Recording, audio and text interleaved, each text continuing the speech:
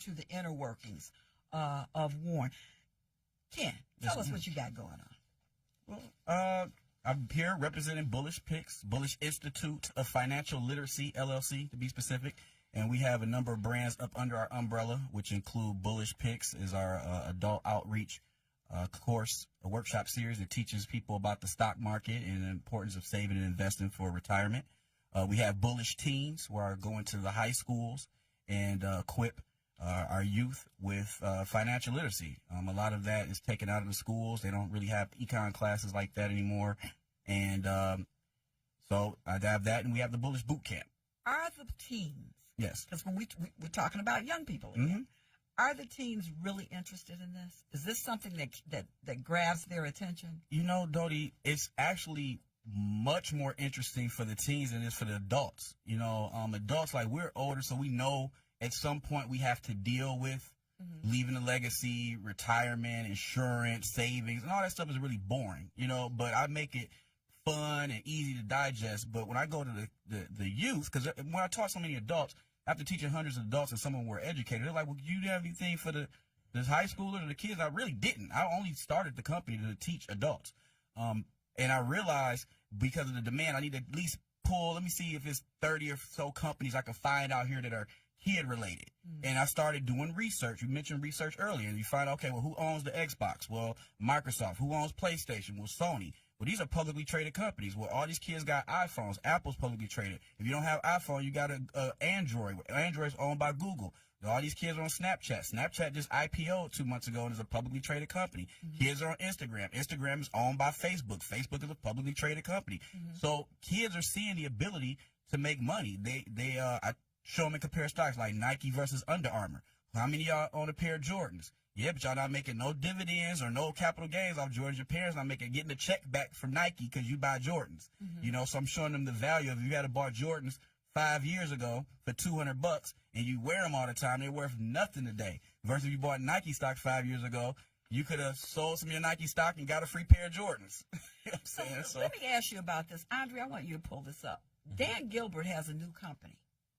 Is anybody aware of this new company that he has? I don't know about the new one, but I used to work for Dan Gilbert for 3 years, so he about 300 companies now. Okay, so he's got a new company called StockX.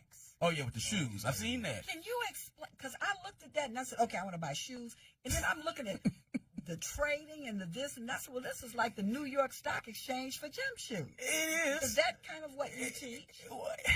Well, that's fad. It's a fad with the stock. Like, I get it, but at the end of the day, I wanted to teach people to invest in solid companies. What's going to be solid? What can I, as a working, everyday person with not thousands of dollars, what's something good for me to invest? Penny stock? No. Wolf of Wall Street? No, do not start with penny stocks. Wolf of Wall Street? No. You don't mess around and be the wolf of Dexter. Go into the penny stocks, you're going to go broke. Don't start there. I teach my students how to start with safe companies. I typically start with the Dow Jones Industrial Average. Companies that totally represent America, and it's tough to lose money on some of these names. Companies like Verizon, companies like, mentioned before, Apple, Home Depot, Verizon, Procter & Gamble. This company's going to be around forever.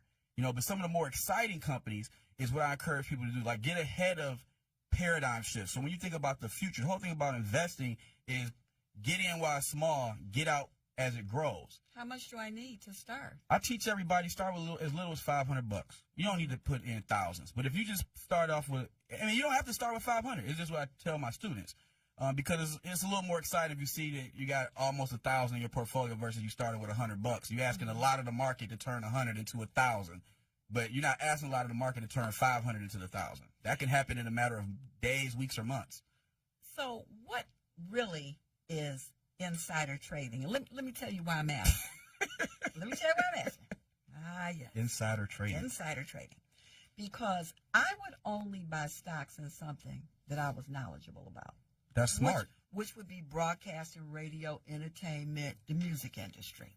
Okay? Now, I have a son that works in the music industry. Well, okay. I have a son that works in the music industry.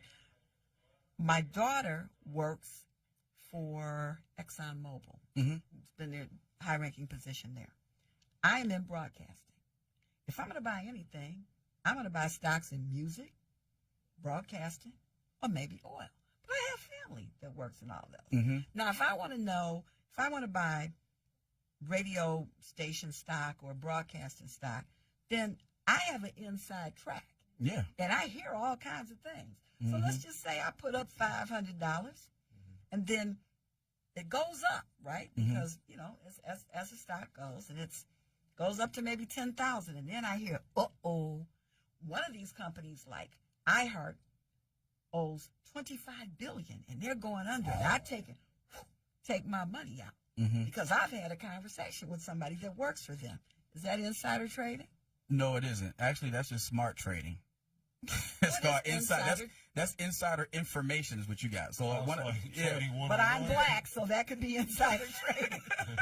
Well, it's not a lot of racism in the stock market. It's really just the only colors are is really green or red. It's not a lot of black and white. It's green and red.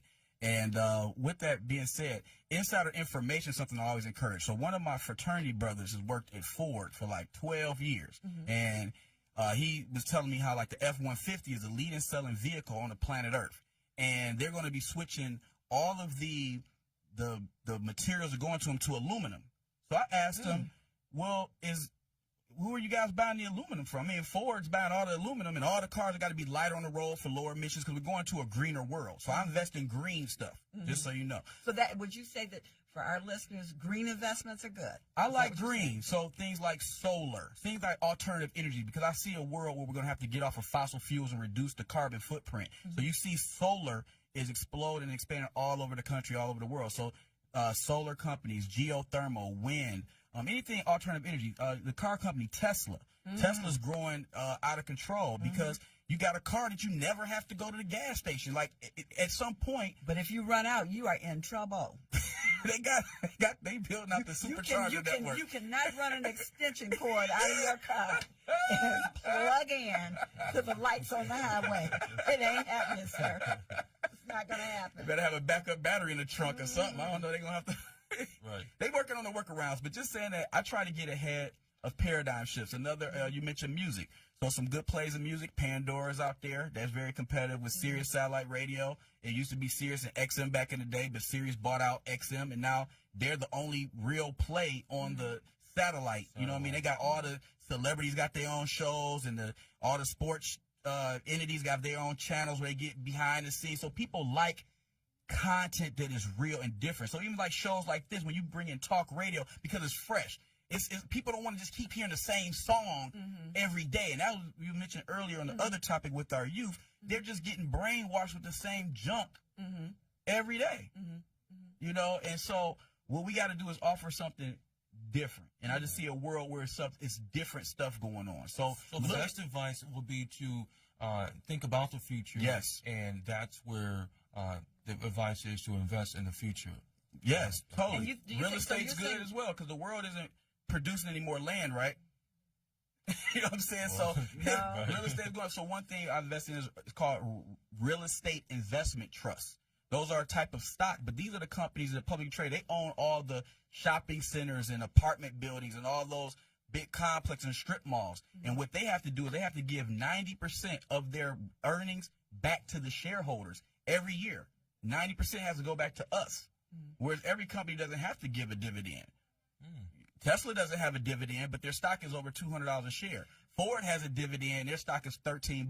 But you know what else happens with Tesla? Bishop P.A. Brooks, he was one of the first people that I knew that purchased a Tesla.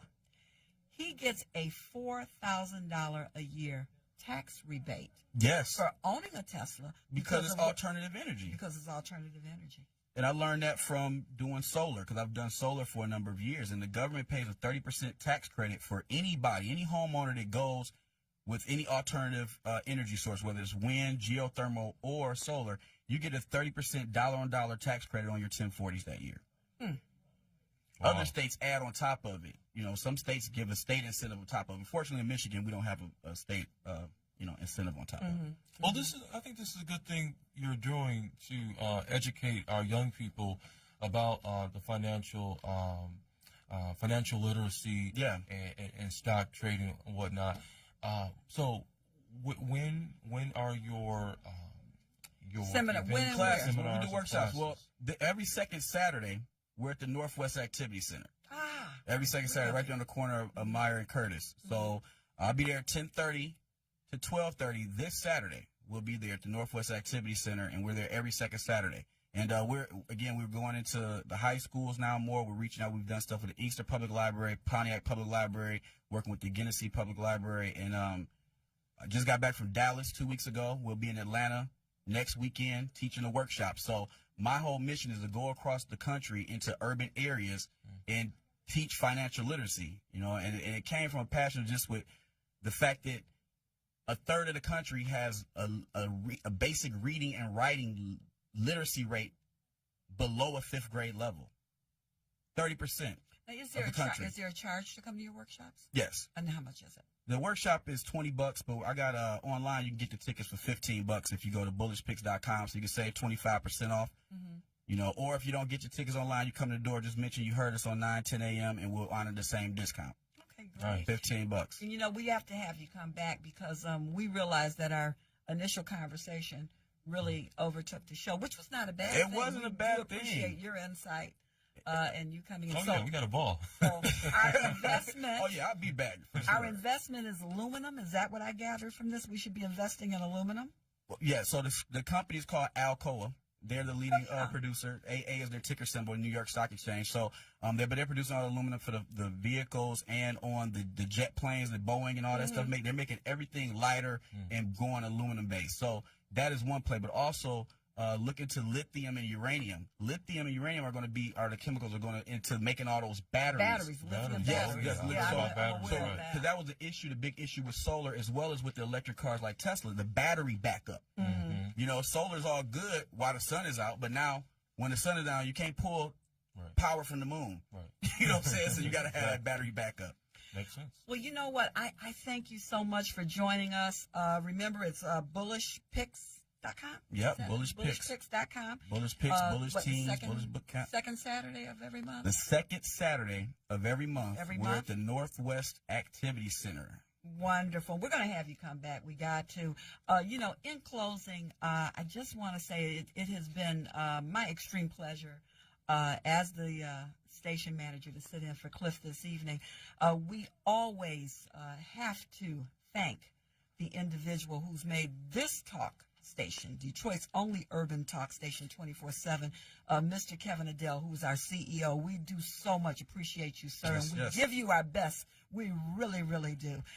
To the families of the African-American female police officer and the young lady, first name Gabby, 19 years old, honor student, our thoughts are with you. Stay strong. We try to get the message out and let people know.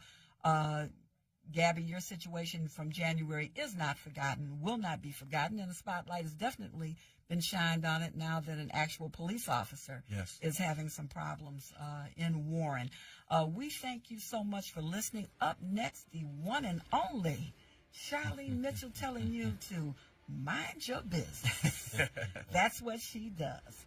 We thank you so much. You're listening to 910 AM Superstation. It's Detroit's only urban talk station, 24/7. See you on the other side.